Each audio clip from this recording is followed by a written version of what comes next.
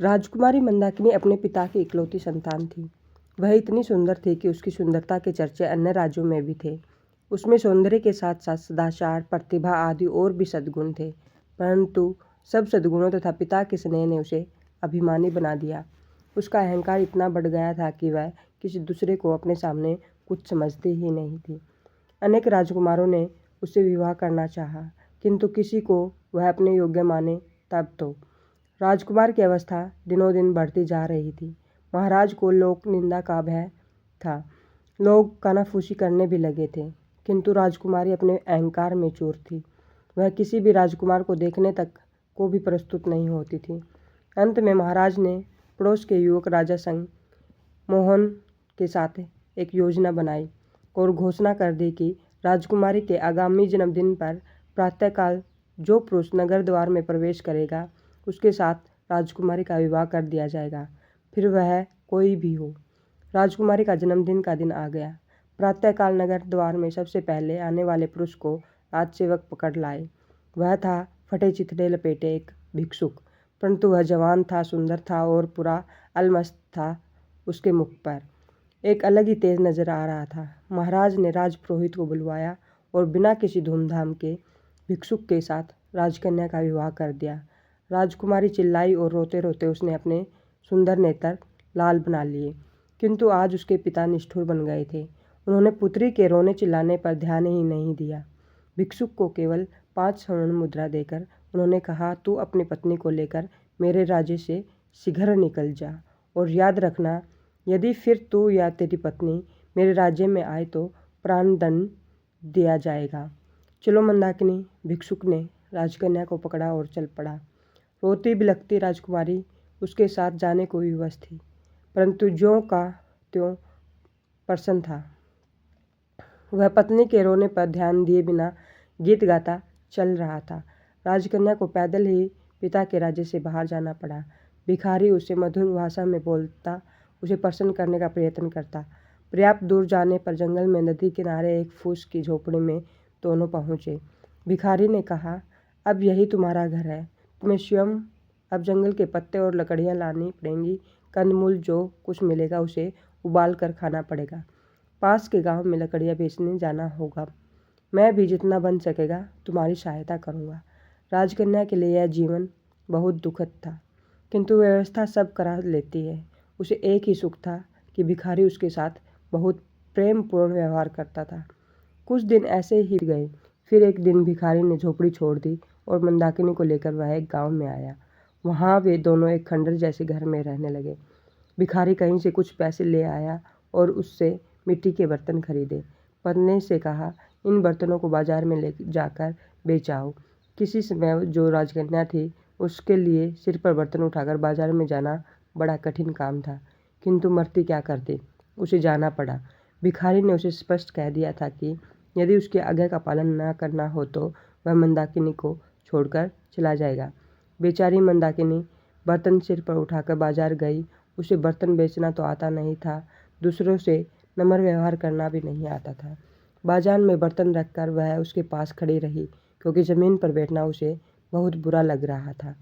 उसे कुछ ही देर वहाँ खड़े हुई थी कि एक घुड़सवार युवक बाजार में आया। उसने मंदाकिनी से बर्तनों के दाम पूछे। मंदाकिनी ने रूखे स्वर में दाम बताए तो घुड़सवार लौट पड़ा। मोड़ते समय उसका घोड़ा भड़क उठा और घोड़े के पैरों की ठोकर से सब बर्तन फूट गए। घुड़सवार बिना कोई ध्यान दिए वहाँ से चला गया।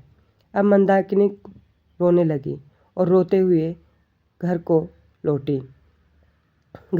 भिखारी आते ही क्रोधित होगा, यह बात सोच सोच कर उसके प्राण सूखे जा रहे थे। भिखारी आया तो देखा रो रो कर मंदाकिनी की आंखें सूज गई थी। वह कुछ नहीं बोला, परंतु दूसरे दिन कहा, मंदाकिनी, तुम्हें कुछ नहीं आता। मिट्टी के सभी बर्तन टूट गए।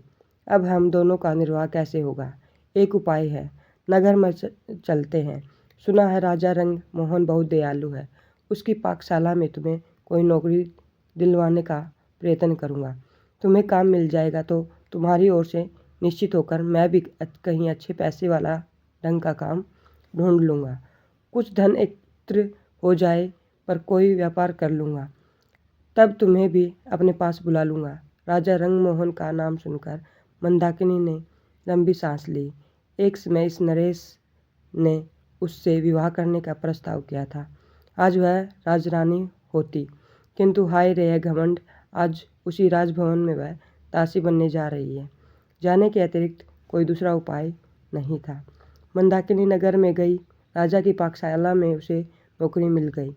भिखारी उससे विदा होकर कहीं चला गया। मंदाकिनी का गर्व नष्ट हो गया था। उसका स्वभाव बदल गया था। वह अत्यंत विनम्र, परिश्रमी और सावधान सेविका बन गई थी। रसोई घर की अध्यक्षा रंभा कुमारी उसके कार्य से अत्यंत संतुष्ट थी। बसंत पंचमी आई। राजा रंगमोहन का जन्मदिन था। सभी सेवकों को इस दिन नरेश अपने हाथ से पुरस्कृत करते थे। दूसरी सेविका के साथ मंदाकिनी को भी राजसभा में जाना पड़ा। जब सब सेवक पुरस्कृत हो चुके और सब सेविकाएं भी पुरस्कार पा चुकी, तब उसे पुकारा गया। वह हाथ जोड़े, मस्तक झुकाए राज सिंहासन के सामने खड़ी हो गई। नरेश ने कहा, मंदाकिनी, मैं तुमसे प्रसन्न हूँ। तुम्हें तो मैं अपनी रानी बनाना चाहता हूँ। मंदाकिनी चौंक पड़ी। महाराज, आपको ऐसी अधर्मपूर्ण बात नहीं करनी चाहिए। मैं पर स्त्री हूँ। क्या हुआ जो मेरा पति भिक्षुक है? मेरा तो वही सब कुछ है। उसे छोड़कर मैं दूसरे किसी की सोच भी नहीं सकती। वही मेरा स्वामी है।